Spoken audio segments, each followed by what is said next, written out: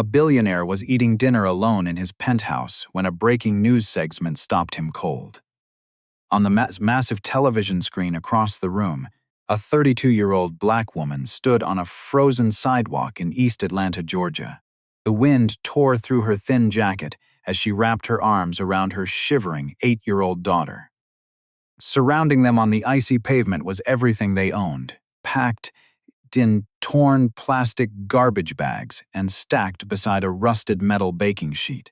She had just been evicted in the dead of night.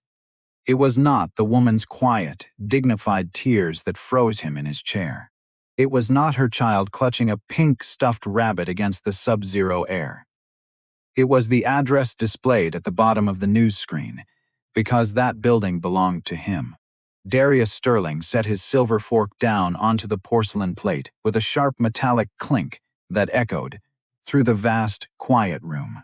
He was 44 years old, the founder and chief executive officer of Sterling Hospitality Group, a real estate and luxury conglomerate spanning 6 major southern cities, over 12,000 residential units, and a commercial portfolio valued at $2 billion. His name was printed on business magazine covers. His presence dominated investment summits. His signature authorized contract agreements that dictated where thousands of families lived, how much rent they paid, and how quickly they could be removed if they fell behind.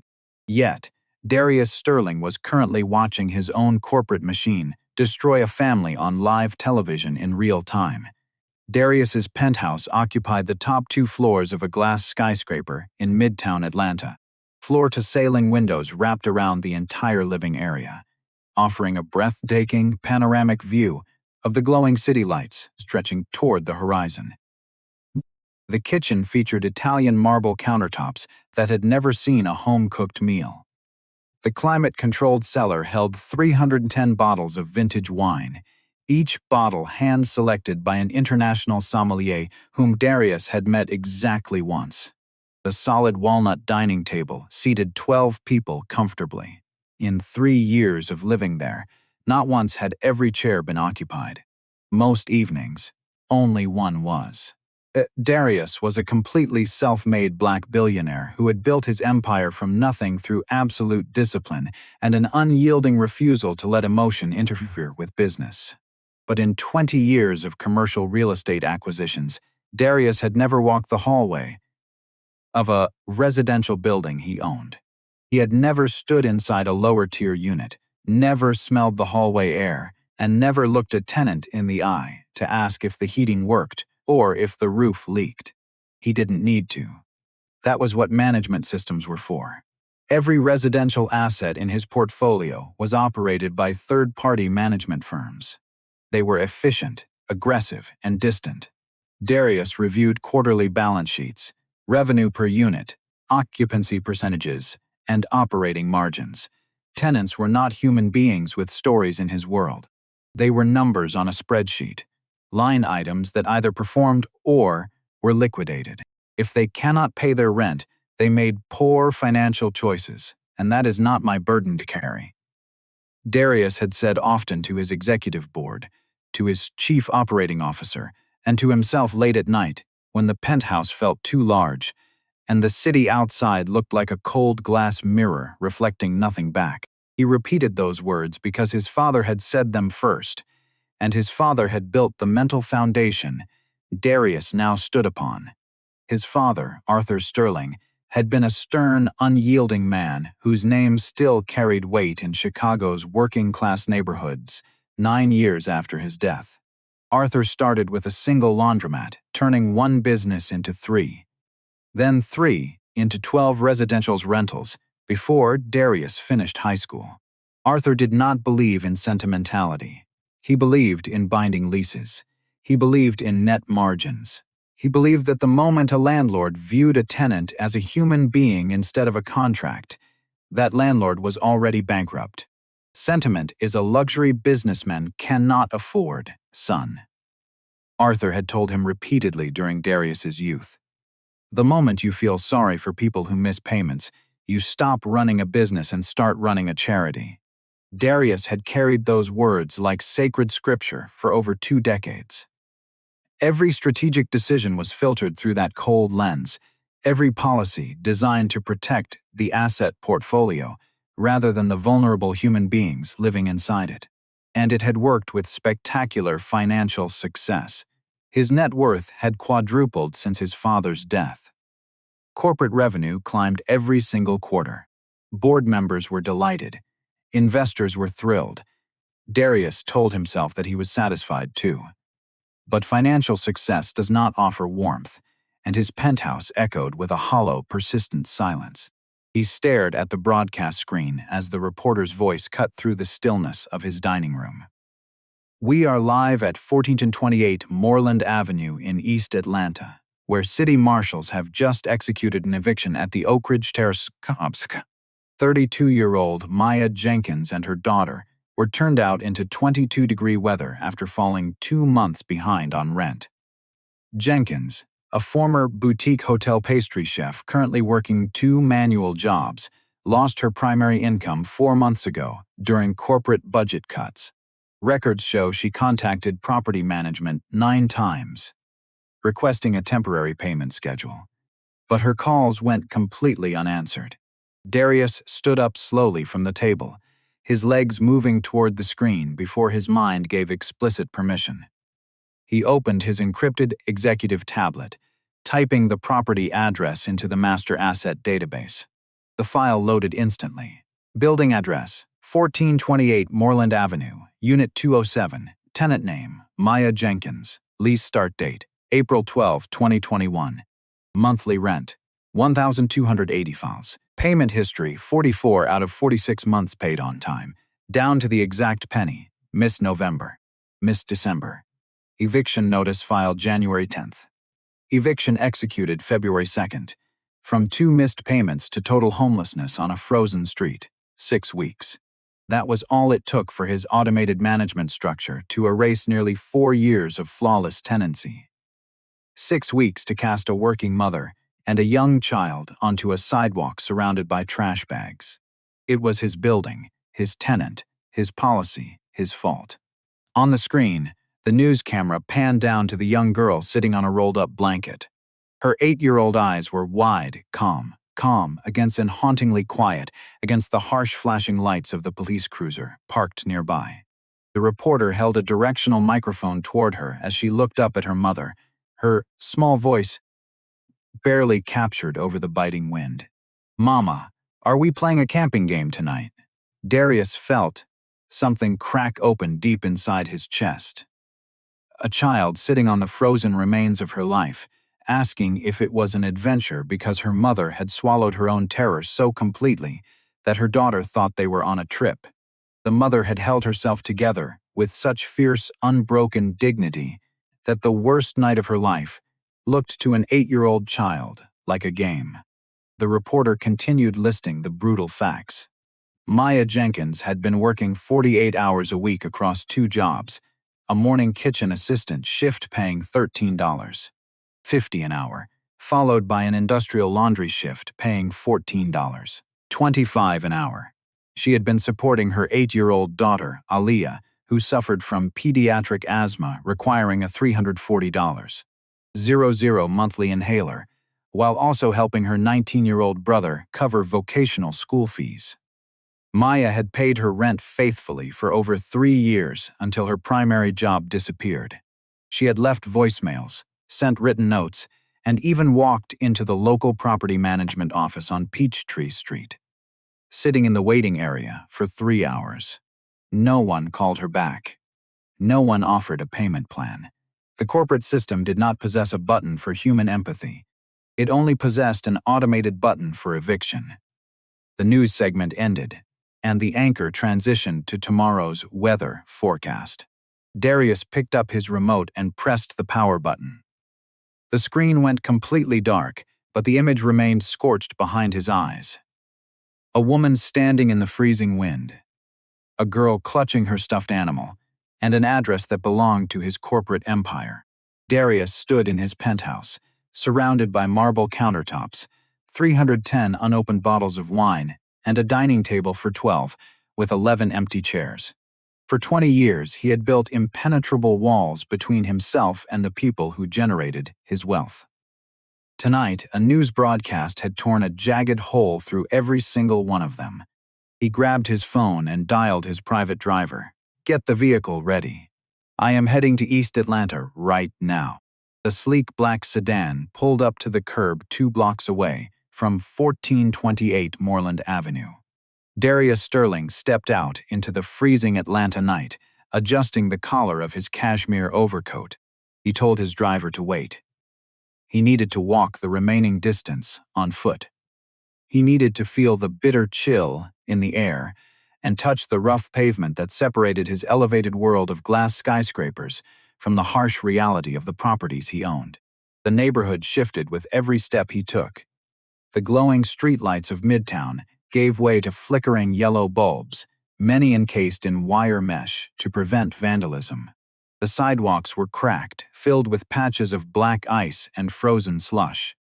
A neighborhood corner store had a faded neon sign missing 3 letters, while a laundromat nearby sat behind heavy iron window grills. Darius walked through the night in $15,400 Italian leather shoes that had never encountered a surface rougher than polished marble or plush hotel carpet. He looked entirely out of place, like a man who had strayed into a territory he claimed to govern on paper, but had never truly set foot upon. He reached the building at 1428 Moreland Avenue. The Oak Ridge Terrace was a 4-story brick structure, built in the late 1970s. The red bricks had turned a dull, weathered gray from decades of bus exhaust, rain, and neglected maintenance. 2 window frames on the second floor were covered with sheet plywood and heavy silver duct tape. The heavy front entrance door was held open with a cracked concrete cinder block because the electronic latch had been broken for months without repair. Darius stood on the icy pavement, staring up at a building that generated $153,600 in monthly rental revenue for his investment portfolio. It was a property he had purchased as a line item on a $45 million acquisition spreadsheet, yet he had never once inspected it in person. He walked through the open doorway into the main entrance hallway. The interior was nearly pitch black. 2 of the 3 overhead fluorescent lights were dead, their glass tubes dark and silent. The cheap vinyl linoleum flooring was peeling away from the subfloor at the corners, curling like dried leaves. The plaster walls bore long water stains that spread from the upper ceiling like deep, dark bruises. The air smelled of damp mildew, stale fried food, old tobacco smoke, and the metallic tang of rusted water pipes. An out-of-order sign was taped to the elevator door, the paper yellowed with age and curling at the edges. Darius took the concrete stairs. The iron handrail rattled loosely under his grip, completely unanchored from the wall. On the 2nd floor landing, a cockroach scuttled across the cold concrete, disappearing beneath a doorframe without hurry. It was not afraid of him. Nothing in this building was afraid of its owner, because no one here even knew his name. He walked down the dim corridor until he reached Unit 207. The door was slightly ajar, unlocked after the city marshals had completed their sweep. Darius pushed the door open with his gloved hand. The apartment was stripped bare and silent, except for the low, rhythmic drip of a leaky kitchen faucet echoing into a plastic bucket left behind. He stepped inside. The room was freezing. The radiator in the corner was ice cold to the touch, releasing a faint smell of rust. On the bare living room floor lay a single, forgotten item that the movers had missed. A small, faded brown leather notebook. Darius walked over and knelt on the cold hardwood floor, picking up the notebook. The cover was worn, the edges scuffed from years of handling. He opened the cover. Written on the first page in precise, elegant handwriting were the words, "Property of Clara Jenkins. Recipes for Life and Sweetness." Beneath the title were dozens of handwritten culinary formulas: laminated puff pastry, vanilla bean buttercream, peach cobbler crusts, and buttermilk biscuits. Interspersed between the flour and butter ratios were personal margin notes written in faded blue ink. May 14, 1998. Maya helped fold the croissant dough today. Her small hands are so fast and gentle. She has the touch of a real chef. August 3, 2004. Always add an extra quarter teaspoon of salt to the caramel. Sweetness without contrast is just boring. Darius stared at the handwritten pages, his fingers trembling inside his leather gloves. A sudden memory dived out from the dark corners of his mind, hitting him with the force of a physical impact. 30 years ago, in a cramped, drafty kitchen in Southside Chicago, his own mother had sat at a worn formica table late at night, writing recipes in a green spiral notebook. She had worked 16-hour days as a commercial line cook, her hands cracked from dish soap and burnt from oven racks. She had filled notebooks with recipes she dreamed of one day serving in her own restaurant. A dream that died when she collapsed from physical exhaustion at age 42, leaving behind a young Darius and a stack of unpaid medical bills. Darius held Clara Jenkins's notebook against his chest, feeling a deep, jagged crack open in his hardened exterior. Maya Jenkins was not a lazy tenant who made poor financial choices.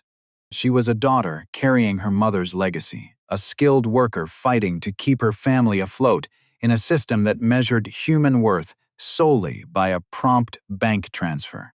He closed the notebook carefully and placed it inside his inner coat pocket. He walked out of the apartment and down the dark hallway. As he reached the second-floor landing, an apartment door opened a few inches. A chain latch rattled against the metal frame. An elderly black woman looked out through the narrow opening. Her hair was pulled back in a tight silver knot, her dark eyes sharp and cautious. "Can I help you with something?" she asked.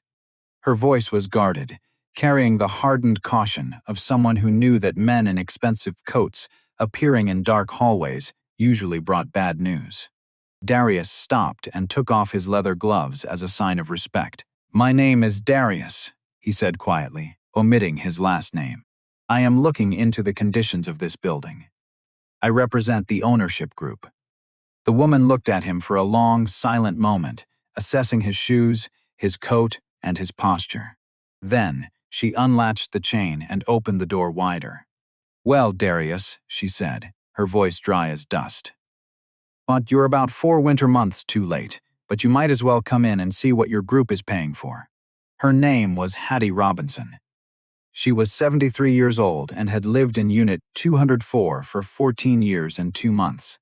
She kept a small wall calendar beside her front door where she marked every day she spent without proper heating or hot water. The main boiler broke down 3 weeks before Thanksgiving, Hattie said, leading him into a tiny living room where a small electric space heaters hummed loudly in the corner. "I called the property management office 11 times. Every time I called, a receptionist told me a work order was generated. Nobody ever came. But on the first of the month, like clockwork, a formal notice appears under my door demanding $1,150. 000. Darius looked around her apartment. A dark brown water stain covered half the plaster ceiling above her small dining table. The window frame had a gap where the cold wind whistled through, stuffed tightly with rolled-up bath towels. "Do you know Maya Jenkins from Unit 207? Darius asked, his voice low. Hattie's face softened, then tightened with quiet anger. "Maya is the finest young woman in this entire building," she said firmly. "She works from 4 in the morning until late at night. She cooks meals for me when my arthritis acts up. Her little girl, Aliyah, is polite and smart. Maya fell behind because the hospital laid her off, and her baby needed medicine that cost $300 a bottle. She tried to talk to management. She sat in their lobby on Peachtree Street for 3 hours pleading for a payment plan." Hattie leaned forward, her eyes locking onto Darius with unflinching intensity. "They threw that girl and her child out into 20-degree weather for 2 months of missed rent after she paid them every single dime on time for 3 years. Your company treated her like trash on the curb. You took her money when she had it and threw her away the second she stumbled." Darius stood silent in the middle of Hattie's small living room. Every word felt like a heavy stone hitting his chest. He had built his $2 billion empire on the principle of cold, mechanical efficiency. He had convinced himself that automated systems and third-party managers were the mark of professional excellence. But standing in this freezing apartment, looking at the water stains and the towels stuffed in the window frame, he finally saw his empire for what it truly was. An elaborate, heartless machine that extracted wealth from vulnerable human beings while erasing their humanity. He thanked Hattie quietly and left her apartment. As he walked back, down the stairs, and out into the freezing Atlanta air, the absolute silence of his penthouse no longer felt like success. It felt like an indictment. Darius instructed his driver to head directly to the Grace Community Shelter on Boulevard Street. The shelter occupied the basement of a century-old brick church. The air inside was thick with the scent of pine cleaner, instant coffee, and the heavy dampness of too many wet coats crammed into a small space. Rows of green canvas cots lined the hall, separated only by narrow walkways.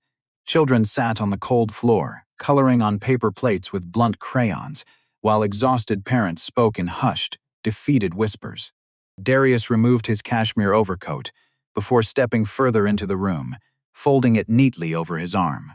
Wearing a $400 coat in a room full of people who had lost everything felt less like armor and more like an insult. He scanned the crowded room until his eyes landed on a quiet corner near the rear wall. Maya Jenkins sat on the edge of a narrow cot, her back straight and her shoulders set with a rigid, unbroken posture.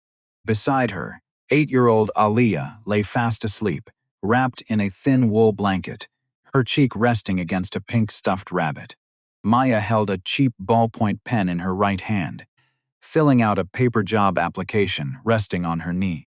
Her fingers were red and stiff from the cold, but her handwriting remained firm and precise. She was applying for a third-shift sanitation worker position at a local food processing plant. Darius approached slowly, stopping 3 feet away from her cot. Maya looked up instantly. Her dark eyes were sharp, evaluating him with the swift, protective instinct of a mother who had learned that strangers in tailored suits rarely brought good tidings. She did not flinch, and she did not ask for help. She simply watched him, her expression an impenetrable wall of quiet dignity. "Can I help you with something?" Maya asked. Her voice was flat, calm, and stripped of all softness. Darius took a breath, holding his coat tightly against his side.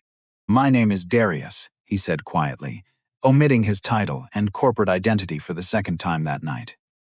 "I saw the news broadcast earlier tonight.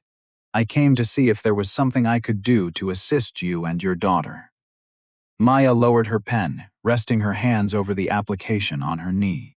She looked at his polished leather shoes, his tailored shirt, and his pristine hands.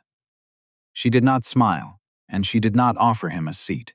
"I do not need your pity, sir," Maya said, her voice steady and deliberate. "Pity does not pay rent, and it does not fix a broken life. I do not need a handout, and I do not need a stranger coming into a shelter to feel better about his own evening. I need a job that pays a living wage. I need a kitchen where I can work, and I need a door that locks so my daughter does not have to sleep on a canvas cot." Darius stood motionless, absorbing every word. In his corporate world, people spoke to him with calculated deference, carefully choosing their words to gain his favor or secure his financial backing. Maya spoke to him with absolute, unvarnished truth. She was not asking for charity. She was demanding basic human respect. Darius reached into his jacket pocket and pulled out his executive checkbook. He unsheathed his pen and quickly wrote out a check for $10,000. 00, signing his name at the bottom. He extended the paper toward her. "Take this," he said. "Use it to secure a temporary hotel room, get food, and buy whatever medicine your daughter needs. Consider it a restitution." Maya looked at the piece of paper in his hand. She saw the number written on the line, a figure that would instantly cover 4 months of living expenses and clear her debts. Then her eyes moved up to his face. Without hesitation, she pushed his hand away with the back of her fingers. "Keep your money," Maya said, her voice dropping an octave, filled with an intense, quiet power. You think a piece of paper solves what happened tonight? You think $10,000 erases the fact that my daughter asked me if we were playing a camping game because she was sitting on a trash bag in 20-degree weather? My mother taught me two things before she died. You work for what you carry, and you never accept money from a man who hands it out to buy himself a clean conscience. Darius felt a surge of genuine shame wash over him, hotter and sharper than any corporate defeat he had ever experienced. She had seen right through his gesture. Writing a check was the easiest thing a billionaire could do. It was a transaction, a quick financial transfer, designed to erase guilt without requiring personal responsibility or systemic change. You are right, Darius said, pulling the check back and tearing it cleanly down the middle. I was offering you the easiest way out for myself, not for you. That was wrong. Maya watched him tear the check, a subtle flicker of surprise crossing her eyes before her guarded expression returned. Then, why are you here? She asked. Darius reached into his inner pocket and pulled out the worn brown leather notebook he had recovered from her bare apartment floor. He held it out toward her gently, with both hands. I found this on the floor of Unit 207, he said. I read the first page. Your mother had incredible handwriting. Maya's breath caught in her throat. Her hands trembled slightly as she reached out and took the notebook from his palms, pressing the worn leather against her chest like a long-lost child. Tears welled in the corners of her eyes for the first time that night. But she blinked them back fiercely, refusing to let them fall in front of him. This belonged to my mother, Maya whispered, her voice tightening with emotion. It is the only thing I have left of her kitchens. I know, Darius said softly. My mother had a notebook just like it in Southside Chicago 30 years ago. She filled it with recipes while working 16-hour shifts, hoping one day she would own her own place. She died before she ever got the chance. Maya looked up at him, her dark eyes searching his face with newfound scrutiny. She saw the genuine pain in his expression, a shadow of lingering grief that matched her own. The wall between them did not crumble, but a small window of understanding opened. My mother was a line cook, Darius continued, his voice steadying. She worked until her body gave out because the system she lived in offered no safety nets and no mercy. Tonight, I realized that I built a corporate machine that does the exact same thing to women like you. I cannot rewrite what happened 6 hours ago on Moreland Avenue, but I can offer you something real. He paused, leaning in slightly. I own a culinary incubator and restaurant group in downtown Atlanta. We are launching a new farm-to-table breakfast and bakery concept next month. We need an executive pastry director. Someone who understands real craft, someone who respects flavor over corporate shortcuts, and someone who can manage a commercial kitchen with discipline. I am not giving you the job. I am offering you an audition tomorrow morning at 6 o'clock in our commercial test kitchen on Peachtree Street. You bring your mother's notebook, you bake 4 items of your choice, and you let your skill earn the position. If you pass, the salary is $68,000. 0 a year, with full medical benefits for your daughter and a company-sponsored apartment. Maya stared at him, processing the offer. There was no charity in his tone now, only a direct professional challenge. He was offering her a stage to prove her worth on her own terms. 6 o'clock sharp? Maya asked, her jaw setting with firm determination. 6 o'clock sharp, Darius replied. And if you need transportation, I will have a vehicle outside this church at 5:30. I don't need your car, Maya said, her pride rising once more. I will take the 5:15 bus. Just make sure the oven pilot lights are lit when I get there. Darius nodded slowly, a faint, respectful smile touching his lips for the first time in months. The kitchen will be ready for you, Chef Jenkins. He turned and walked back toward the shelter exit, leaving her sitting on the edge of the cot with her mother's notebook held tightly in her lap. As he stepped out into the biting Atlanta night air, Darius knew that the test tomorrow morning was not just for Maya Jenkins. It was a test for himself. A test to see if he could rebuild his empire from a place of human dignity rather than ruthless extraction. At 5:42 a.m. the following morning, the streetlights along Peachtree Street were still glowing faintly against the cold twilight. Maya Jenkins stepped off the public bus, holding 8-year-old Aaliyah by the hand. Her younger brother, Marcus, walked beside them, carrying a small cardboard box containing a few measuring spoons, an offset spatula, and their mother's brown leather recipe notebook. Maya wore a clean, pressed white chef coat that she had kept stored in a vacuum-sealed bag inside her closet for over 2 years, a physical remnant of the career she had refused to abandon. They walked up to the side entrance of the Sterling Hospitality Test Kitchen, a state-of-the-art 5,000-square-foot facility equipped with French deck ovens, blast chillers, and polished stainless steel prep stations. Darius Sterling was already standing inside the prep area, wearing a dark wool sweater and charcoal trousers, holding 2 hot mugs of black coffee.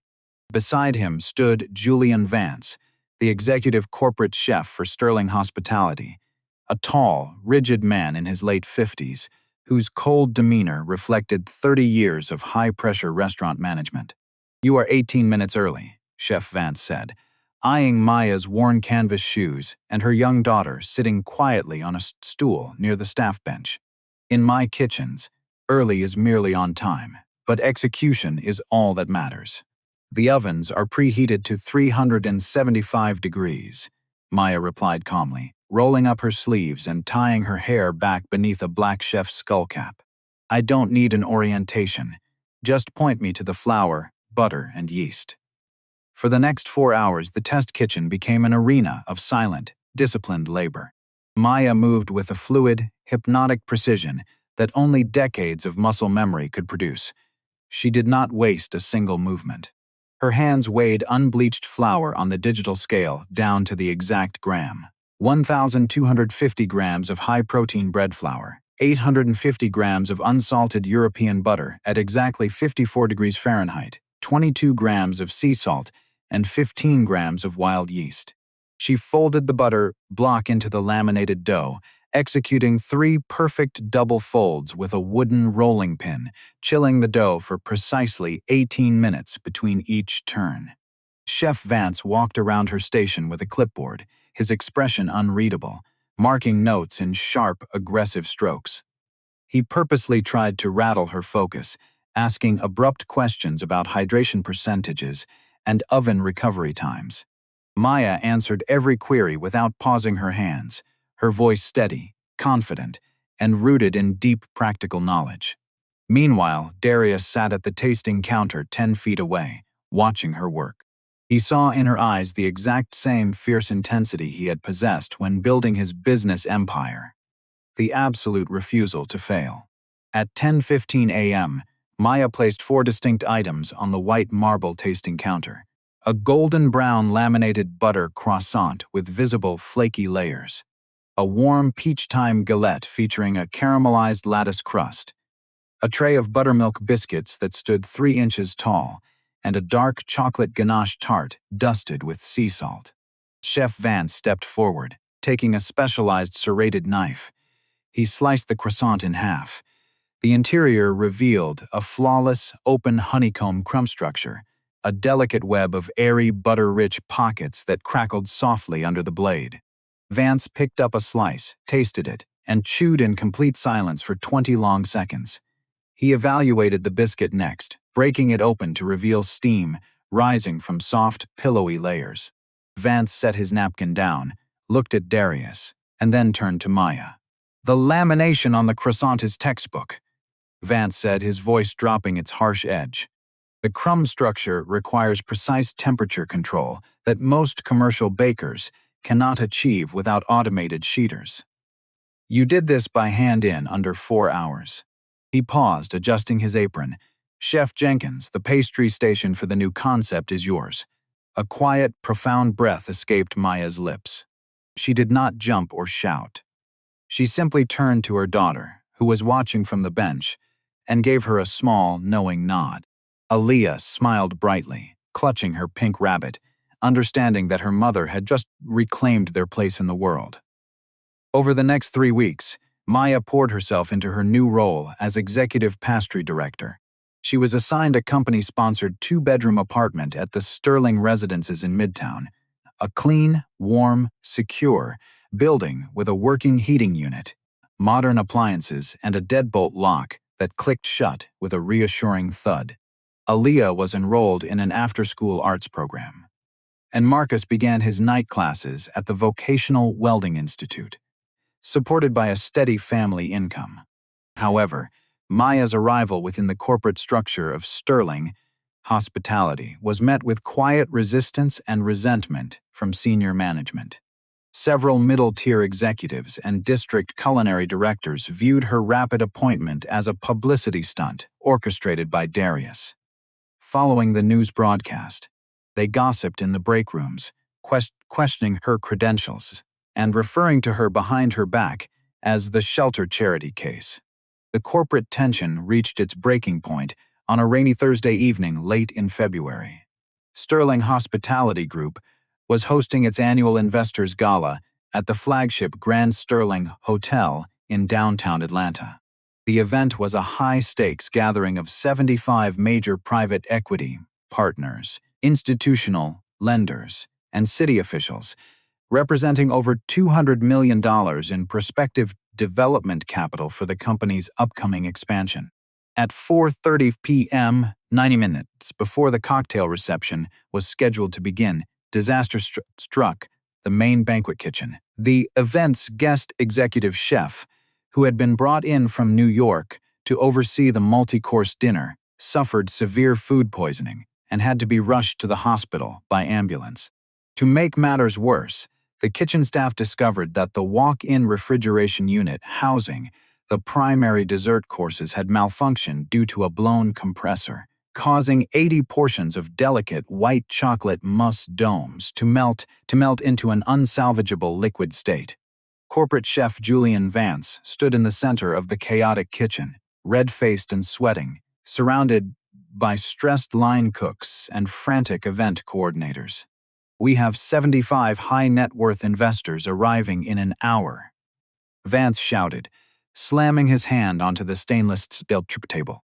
"We cannot serve ruined desserts at a $200 million funding gala. What are our alternatives?" The assistant banquet manager stepped forward nervously. "We can order pre-made sheet cakes from a commercial distributor down the street, but it will take at least 2 hours to deliver and plate. Commercial sheet cakes at a Sterling gala." Vance snapped, rubbing his temples in frustration. "That will destroy our brand reputation before the main course is even cleared." Maya stepped forward from her station near the pastry prep area. She wore her crisp white chef jacket, her eyes calm and focused amidst the panic. She had spent 5 years working in high-volume catering kitchens where equipment failed and supplies ran short. Crisis management was an environment she understood intimately. "We don't need commercial cakes, and we don't need 2 hours," Maya said, her voice cutting through the kitchen noise with absolute authority. "Chef Vance, give me 45 minutes, 3 prep cooks, and full access to the dry storage pantry."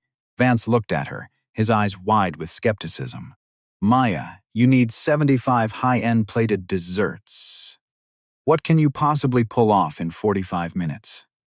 Warm bourbon-glazed blackberry shortcakes with hand-whipped vanilla cream and toasted pecans." Maya answered instantly, her mind drawing directly upon a high-volume recipe from her mother's notebook. "The shortcake dough can be mixed, cut, and baked at 425 degrees in 14 minutes. We can macerate fresh blackberries in warm bourbon and sugar in 10 minutes and whip fresh cream by hand while the shortcakes cool. It is rustic, sophisticated, authentic, and fast." Vance hesitated for 3 agonizing seconds, looking at the clock on the kitchen wall reading 4:48 p.m. "Do it," he commanded. Every available hand is assigned to Chef Jenkins. For the next 40 minutes, Maya transformed the chaotic banquet kitchen into a machine of absolute efficiency. She assigned 1 cook to measure dry ingredients, another to wash and slice fresh berries, and Marcus, who was assisting as a kitchen runner, to toast fresh Georgia pecans under the broiler. Maya stood at the center table, her hands moving with incredible speed, mixing buttermilk, cold grated butter, and flour into a tender dough, cutting 75 uniform rounds with a brass ring cutter. The fragrance of sweet butter, toasted nuts, and warm vanilla filled the hot kitchen air as the trays slid out of the deck ovens at 5:28 p.m. The shortcakes had risen perfectly, golden and flaky. Maya inspected every single plate herself, spooning glossy, dark blackberry glaze over the warm cakes, topping each with a dollop of fresh cream and a sprig of mint. At 6:15 p.m., the dessert course was served in the main ballroom. Darius Sterling stood near the podium, observing the room of investors. As the servers placed the warm blackberry shortcakes on the white linen tables, a quiet hush fell over the dining room, followed by the soft clink of silverware.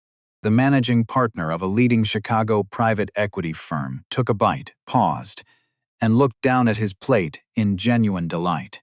Darius, the investor, called out across the table, "This is incredible. It doesn't taste like corporate banquet food. It tastes like real culinary heritage. Who crafted this menu?" Darius walked to the front of the room, picking up the microphone. He looked toward the kitchen doors, where Maya stood quietly in her flour-dusted chef coat, watching the service alongside her brother. "That dessert was created and executed under 45 minutes by our new executive pastry director, Chef Maya Jenkins," Darius announced clearly into the microphone, his voice echoing across the ballroom. "She represents the future of Sterling hospitality, a future built on authentic skill, unyielding discipline, and undeniable talent." The entire ballroom erupted into applause. Senior executives and wealthy investors stood up to toast the young chef.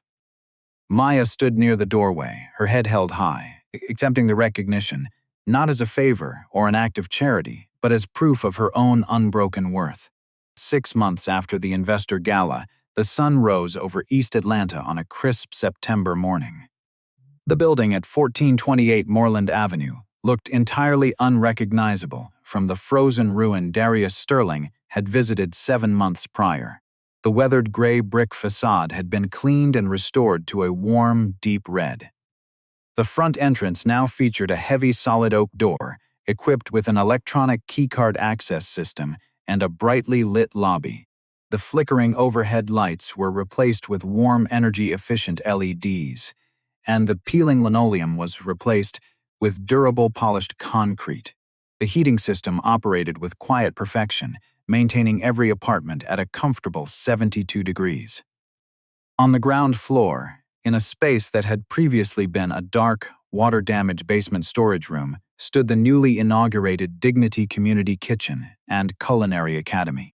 It was a 2,500-square-foot nonprofit vocational center funded jointly by the newly established Sterling Foundation and directed personally by executive chef Maya Jenkins.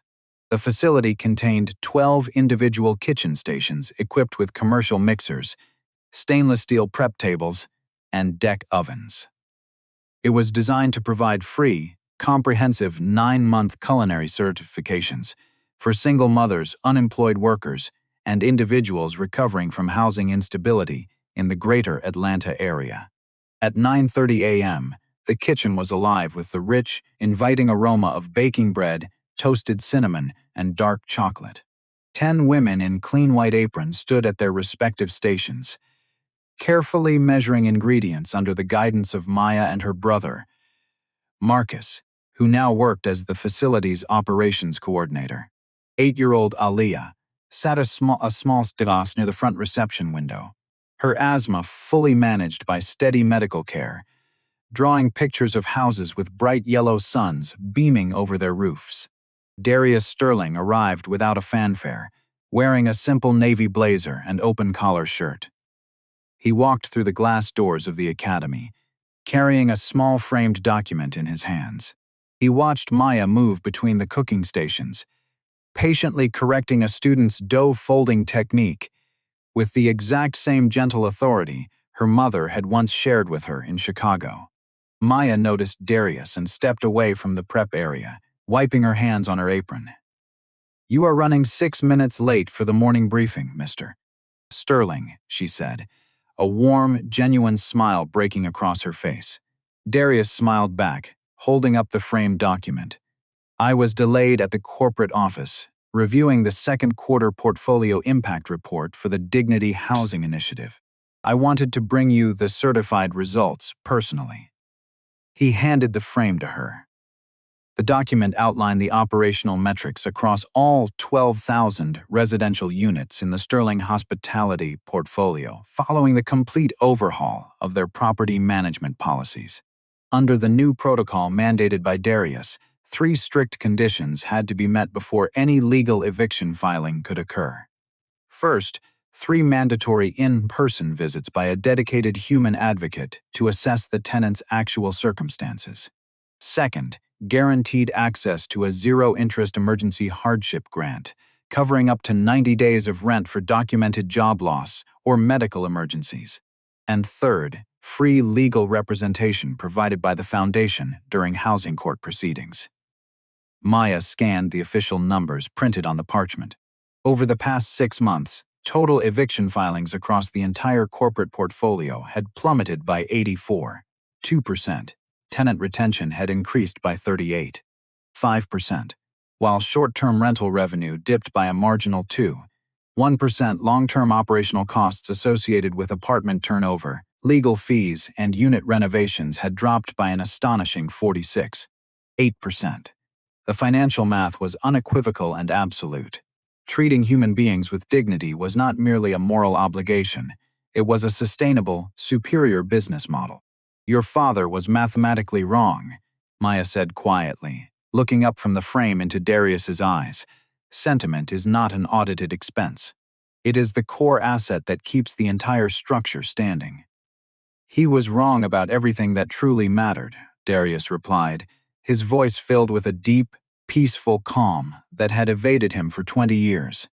"For 2 decades, I believed that success meant building walls high enough to hide the human cost of my decisions. You tore those walls down, Maya. You taught me that an empire is worthless if the people living inside its shadows are crushed."